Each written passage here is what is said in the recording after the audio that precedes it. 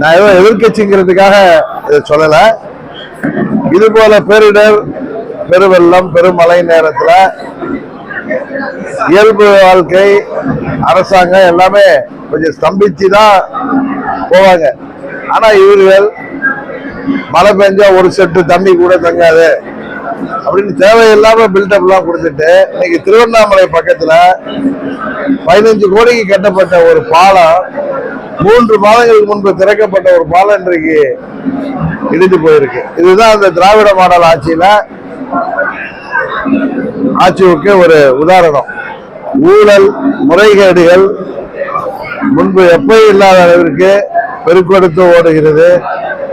அந்த சாத்தனூர் டேம கவனக்குறைவா அவங்க நீரை திறந்து விட்ட காரணத்தினாலதான் தென்பெண்ணை ஆற்றுல இவ்வளவு பாதிப்பு. விழுப்புரத்துல இருவேல்பட்டு, அரசூர் பக்கத்துல பாலெல்லாம் அடிச்சுட்டு போயிருக்கு. கடலூர் வரைக்கும் பாதிப்பு. நிறைய கிராமங்கள்ல இன்னுமே தண்ணி நின்று மக்களுடைய அன்றாட வாழ்க்கை பாதிக்கப்பட்டிருக்கு.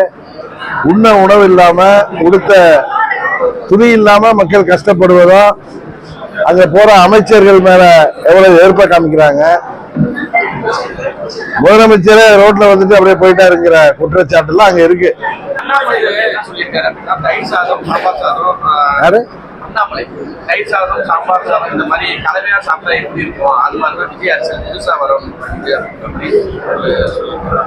அது அவருடைய கருத்தை சொல்றாரு.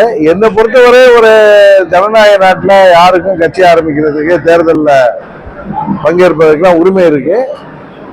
இத மக்கள் தான் இதற்கெல்லாம் தீர்ப்பு வழங்குகிற எஜமானர்கள். அவர்களுடைய மதிப்பீடு என்னங்கிறது வர்ற தேர்தலில் தெரியும். அதனால அதை பத்தி நான் கருத்து சொல்வது நன்றாக இருக்காதுன்னு நினைக்கிறேன்.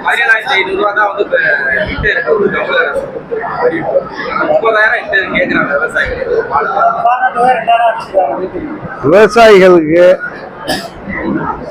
அவர்கள் எல்லாம் பாதிக்கப்பட்டு இன்றைக்கு மிகவும் வாழ்வாதாரமே பாதிக்கப்பட்டிருக்கிறது இந்த மழையில, வெள்ளத்துல, புயல்ல. அதனால அவர்களுக்கு டெல்டாவை சேர்ந்தவர் சொல்லுகிற முதலமைச்சர் விவசாயிகளுக்கு இந்த காவிரி படுகை மாவட்டங்கள்ல மிகவும் பாதிப்பு ஏற்பட்டிருக்கு. அதுங்கெல்லாம் விவசாயிகளுக்கு போதுமான அளவு அவர்களுக்கு உரிய இழப்பீடு வழங்க வேண்டும் என்பதுதான் சரியான தீர்வாக இருக்க முடியும்.